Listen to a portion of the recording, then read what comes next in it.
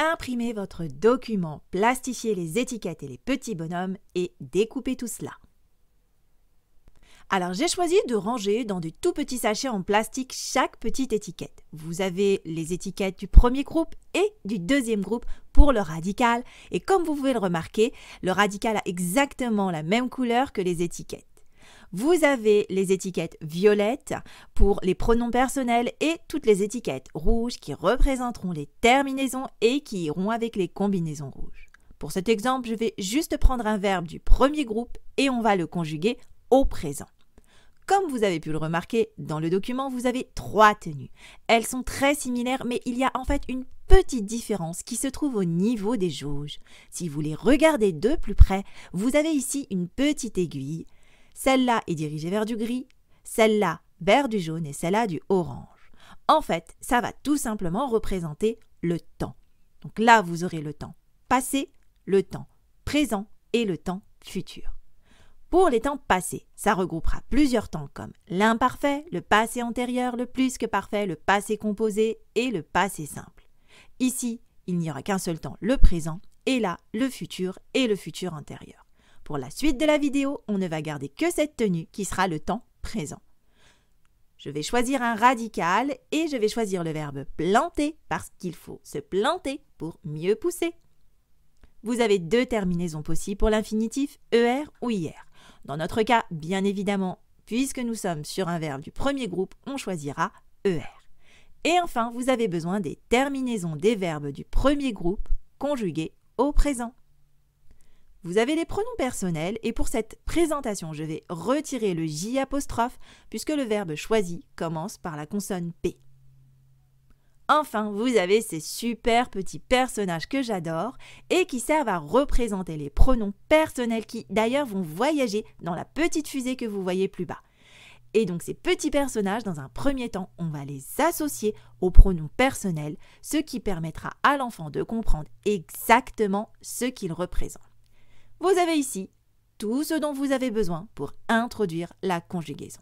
Là, le radical, avec le petit bonhomme qui est tout nu, la terminaison à l'infinitif, donc du premier groupe qui est ER, et qui sera représenté par son pyjama, parce que quand le verbe dort, il ne fait rien, on dit qu'il est à l'infinitif. Là, vous allez avoir les pronoms personnels, et donc, comme on voyage dans le temps, eh bien on va utiliser une fusée dans laquelle se trouveront les pronoms personnels et enfin, on a ici la combinaison avec laquelle va s'habiller notre petit bonhomme pour pouvoir voyager dans le temps avec les pronoms personnels. Tout d'abord, on va associer les pronoms personnels ensemble. Pour faire ce petit jeu, vous avez 2 possibilités. Ou bien vous disposez, comme ce que j'ai ici fait, les pronoms personnels et l'enfant devra trouver où placer l'image correspondante à côté des étiquettes, ou bien vous placez les étiquettes avec les images et ensuite il devra placer le nom des pronoms personnels. Donc on va le faire dans l'ordre et on voit ici le pronom personnel « je » et l'enfant doit trouver l'étiquette correspondante. Alors on cherche à ce que ça peut correspondre, ça n'a pas vraiment l'air d'être « je ». Ça, oui, on voit un petit bonhomme qui se pointe du doigt et ça correspond pas trop mal à « je ». Alors, on le place en face du pronom personnel « je » et on va faire exactement la même chose pour tous les autres pronoms personnels. Voilà-tu?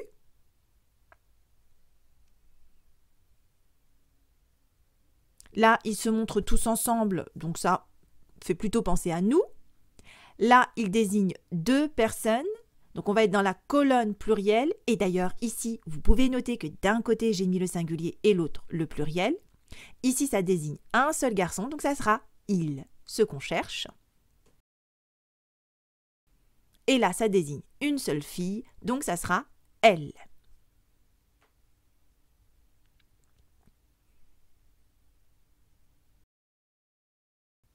Là, on a 2 garçons.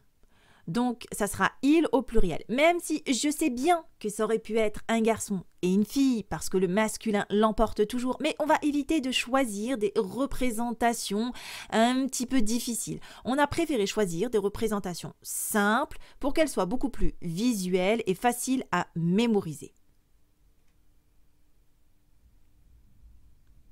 De la même manière, ici, vous allez avoir elles au pluriel parce que vous avez 2 filles.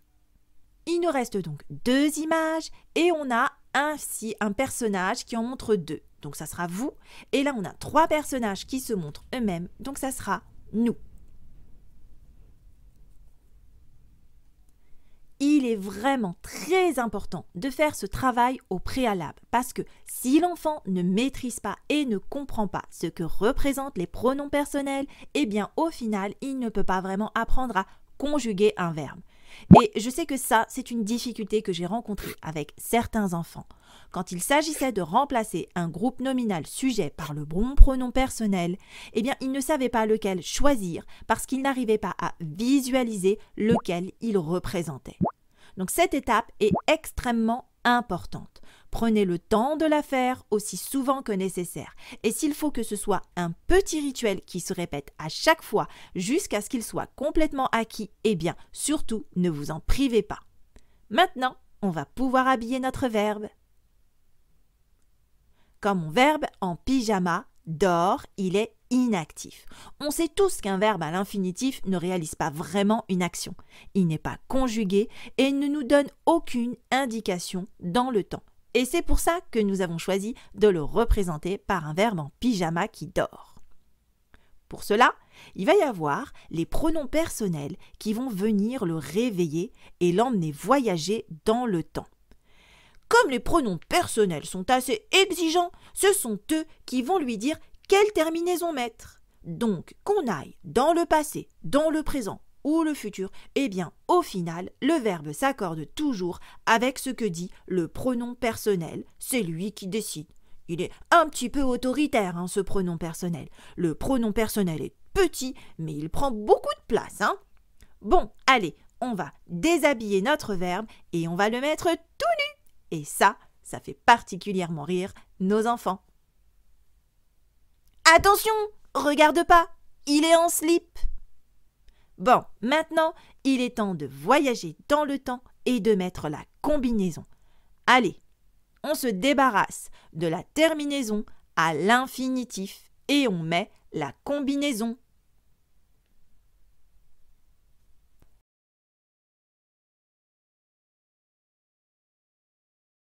Maintenant, on va répartir les terminaisons en fonction de chaque pronom personnel. Ainsi, pour je, on aura un e.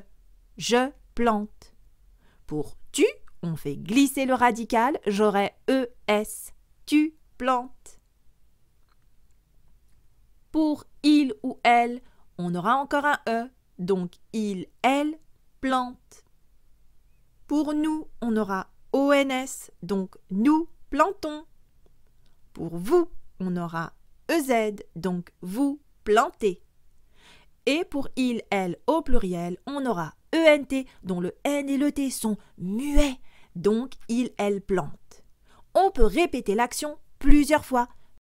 Je plante, tu plantes, il plante, nous plantons, vous plantez, il, elle plante. On peut changer de radical avec la liste de radicales que vous avez à disposition. On peut aussi changer de groupe. Vous avez la possibilité d'avoir des verbes du deuxième groupe. Et on peut changer aussi de temps. Nous avons fixé 3 temps. Le présent, le futur et l'imparfait. Pourquoi l'imparfait? Eh bien, tout simplement parce que ce n'est pas un temps composé. C'est un temps simple et facile d'utilisation. Par ailleurs, c'est quand même un temps qu'on utilise assez souvent. Par exemple, « Mais je n'avais pas vu que tu étais là !» Ça fait quand même partie du langage courant. Les temps composés nécessitent qu'on introduise une nouvelle notion qui sont les auxiliaires. On en parlera une prochaine fois.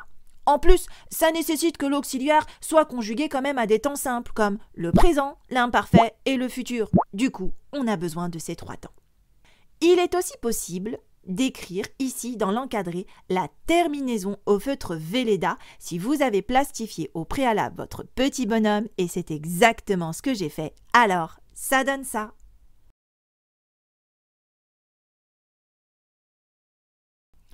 Voilà, cette vidéo est terminée. J'espère qu'elle vous a plu. Si vous voulez apprendre à mémoriser la conjugaison, eh bien, il vous suffit tout simplement d'acheter le jeu Conjugage disponible sur la boutique apprends-moi autrement.fr. Et si vous souhaitez aller beaucoup plus loin dans les apprentissages de façon générale, n'hésitez pas à vous rendre toujours sur le site apprends-moi-autrement.fr et souscrire à une de nos formations gratuites. Vous pouvez nous suivre sur Instagram et Facebook et surtout, pensez à partager cette vidéo si vous l'avez aimée.